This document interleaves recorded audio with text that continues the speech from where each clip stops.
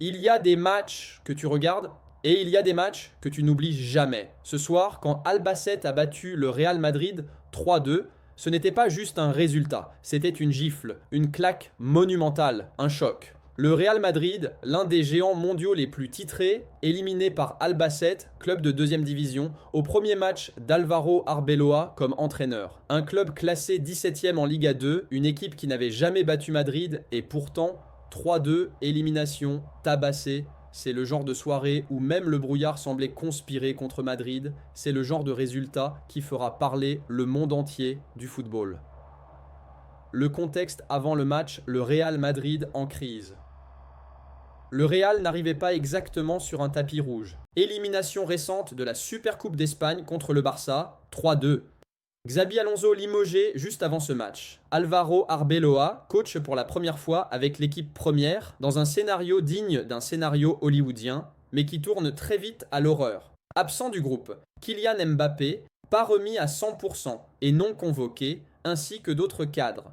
Imagine, tu perds contre ton grand rival, tu changes d'entraîneur, et dès ton premier match, c'est une déroute. C'est le pire scénario imaginable. Alors oui, on se pose tous la même question au début. Ça sent le chaos? Albacete, le petit David contre le géant Goliath. Albacete, 17e de Segunda Division. Une équipe loin d'être favorite, tout juste qualifiée pour ce match. Jamais victorieuse contre Madrid auparavant. Et pourtant, ce genre d'outsider, dans un match à élimination directe, a quelque chose de spécial. Ils n'ont rien à perdre et tout à gagner. La peur n'est pas chez eux, elle est dans l'autre camp. Et ça change tout. Première période, le but qui fait mal, 42. Javi Villar, Albacete. Sur corner, un ballon bien placé, une tête parfaite. Le gardien lunin battu, 1-0 pour Albacete. La Casablanca prend un coup d'entrée. Et là, tu te dis, ok, ils sont là pour se battre, mais c'est juste un premier but, ça va revenir. Sauf que ce n'est jamais juste un but. Réponse express. Madrid ne se laisse pas faire. 45+3. Franco, Mastantuono, Real Madrid. Sur corner à son tour, le Real égalise juste avant la pause. 1-1. Égalisation méritée? Peut-être, mais ce Real n'a pas l'allure d'un club maître de son destin. Deuxième mi-temps, le match bascule. 82. Jefté Betancor, Albacete. Une erreur défensive, une petite ouverture. Et là, Betancor frappe. 2-1, l'explosion dans le stade. Le Real n'a pas encore compris que ça va être une nuit historique pour les supporters d'Albacete. Et une nuit cauchemardesque pour les Madridistas. L'espoir, Madrid revient, 90+1, Gonzalo Garcia, une tête sur corner, Madrid revient encore. 2-2, on se dit alors que la logique va revenir. Mais non, Madrid est revenu, mais le football ne veut pas être logique ce soir. Le but qui fait histoire, 90+4. Jefté Betancor. Le but le plus fou de la soirée. Le but qui fera parler. Une frappe subtile, une finition magnifique et Albacete repasse devant dans le temps additionnel. 3-2. Le stade explose, les supporters d'Albacete jubilent, l'ambiance est celle d'une victoire de coupe, pas d'un simple huitième de finale. Analyse tactique. Le Real a eu plus de possession, plus de tentatives, mais a manqué de sensibilité offensive. Ils ont essayé d'attaquer par les ailes, mais Albacete savait comment gérer les transitions. Même sans Mbappé, on aurait pu espérer mieux. Mais c'est avant tout une fragilité tactique qui a été exploitée. Discipline d'Albacete, contrôle du tempo, défense compacte, efficacité devant le but et surtout, aucune peur. Ils n'ont pas tremblé face aux grands du foot. Et dans ce match, c'est la seule chose qui a compté. Personnalité et héros du match, Jefté Betancor, le héros inattendu. Entré en seconde période, il a marqué 2 buts décisifs, dont celui de la victoire en toute fin, Franco et Gonzalo Garcia, les 2 buteurs madrilènes. Madrid a montré du courage, mais pas assez de cohésion. Les joueurs d'Albacete, ils ont prouvé qu'au foot, même petit, parfois veut dire grand dans l'émotion. Réaction et retombée, c'est de ma responsabilité. Le nouvel entraîneur a reconnu l'échec. Les Madridistas. Chez les supporters, c'est l'amertume, la frustration et la colère. Un Real battu par un club de seconde classe. L'impact, ce résultat va rester dans l'histoire du club d'Albacete. Et pour le Real, il pose question sur la direction, l'état mental et l'avenir du projet. Ce que ça signifie pour le Real, fin de course, en Copa del Rey. Début chaotique d'Arbeloa. Pression énorme avant la suite du championnat. Ça devient une grosse remise en question à Madrid. Ce match ne se résume pas à un score. Il se résume à une histoire d'émotion, contradiction et humilité. Albacete a réalisé l'un des plus grands exploits de la saison. Le Real Madrid a vécu l'une de ses pires soirées. Et encore une fois, le football nous rappelle, ce n'est pas le nom sur le maillot qui gagne les matchs, mais ce qui se passe sur le terrain. Si tu veux des débriefs francs, clairs et sans bullshit, abonne-toi, like et commente. On vit ce foot ensemble jusqu'au bout.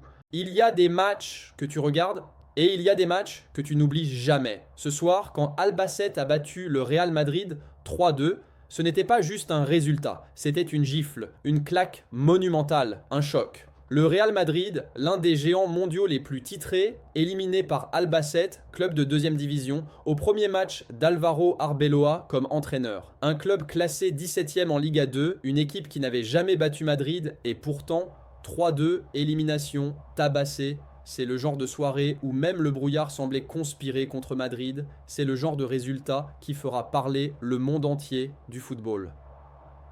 Le contexte avant le match, le Real Madrid en crise. Le Real n'arrivait pas exactement sur un tapis rouge. Élimination récente de la Supercoupe d'Espagne contre le Barça, 3-2. Xabi Alonso limogé juste avant ce match. Álvaro Arbeloa, coach pour la première fois avec l'équipe première, dans un scénario digne d'un scénario hollywoodien, mais qui tourne très vite à l'horreur. Absent du groupe, Kylian Mbappé, pas remis à 100% et non convoqué, ainsi que d'autres cadres.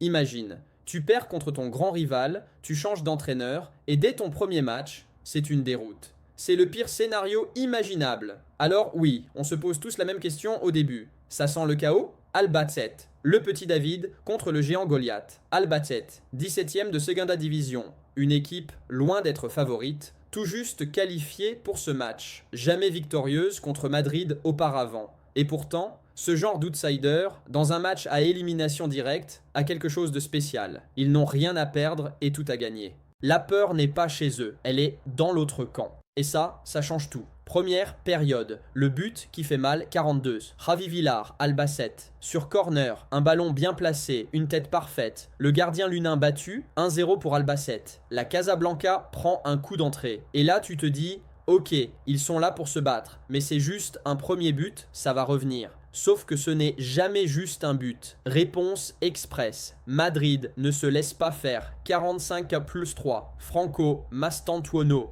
Real Madrid. Sur corner à son tour, le Real égalise juste avant la pause. 1-1. Égalisation méritée? Peut-être. Mais ce Real n'a pas l'allure d'un club maître de son destin. Deuxième mi-temps. Le match bascule. 82.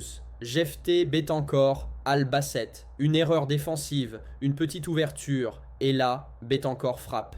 2-1. L'explosion dans le stade. Le Real n'a pas encore compris que ça va être une nuit historique pour les supporters d'Albacete. Et une nuit cauchemardesque pour les Madridistas. L'espoir, Madrid revient, 90+1, Gonzalo Garcia, une tête sur corner, Madrid revient encore. 2-2, on se dit alors que la logique va revenir. Mais non, Madrid est revenu, mais le football ne veut pas être logique ce soir. Le but qui fait histoire, 90+4.